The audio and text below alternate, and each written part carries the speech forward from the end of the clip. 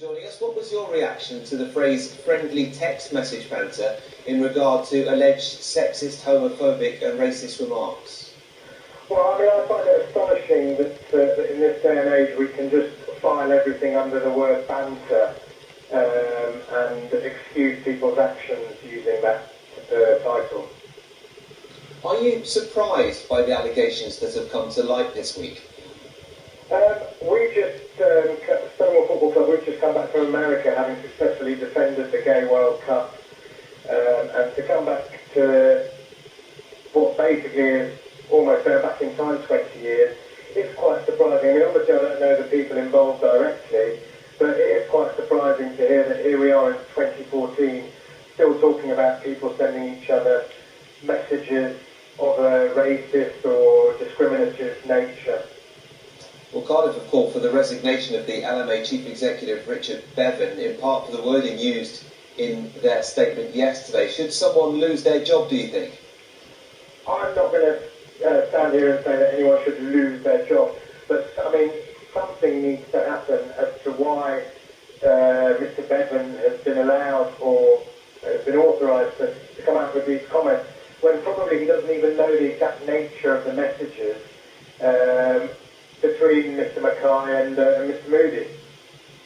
How do you think the Football Association should deal with this matter now? Firstly, I'd like to say the Football Association has been extremely supportive. There is a campaign next month, I don't know if you're aware of it, the Rainbow Laces campaign, which all the Premier League has signed up to, where I think it's the 6th of September, where all the players are going to be playing in rainbow football laces to promote anti-homophobia in football. Whether this is something the LMA can now perhaps get behind as a bit of a PR exercise, we certainly will be supporting it. I know Arsenal and Chelsea are supporting it. But the FA have been relatively good at dealing with discrimination, certainly of a homophobic nature.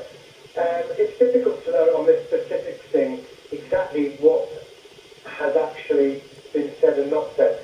I mean, Malky Mackay has admitted that there's a couple of texts that he sent which were wrong, but he didn't also say they weren't homophobic. He said they were of a race, of a race issue. Finally, give us a glimpse of what it's like playing for Stonewall FC. Do you face abuse? Do your teammates face abuse?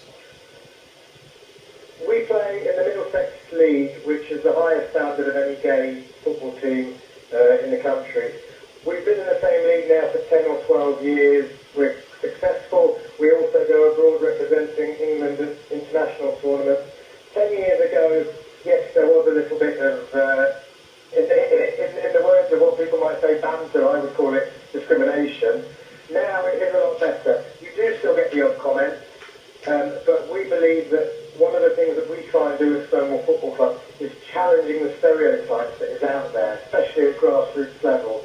And what you find now is a lot of the teams we play against are fully aware of who we are and what we stand for, and there's a respect for that. And in general, do you think there could be more support from the authorities in terms of the issue of homophobia? I think there could always be more support. We live in a society now where things are a lot better than they were 20 years ago, both in terms of racism, homophobia, and any forms of discrimination. But we must always remember that it's never fully dealt with. We must never close our eyes to the fact that discrimination does occur. Young gay people, the suicide rate is still extremely high, and discrimination still occurs from a young age, both in terms of your race, your religion, your sexuality, and everyone needs to work together to ensure that we do our best to stop it, both within society and especially within football, which is such a wonderful sport and a wonderfully diverse culture. Eric Eugene, thanks very much for joining us. Thank you.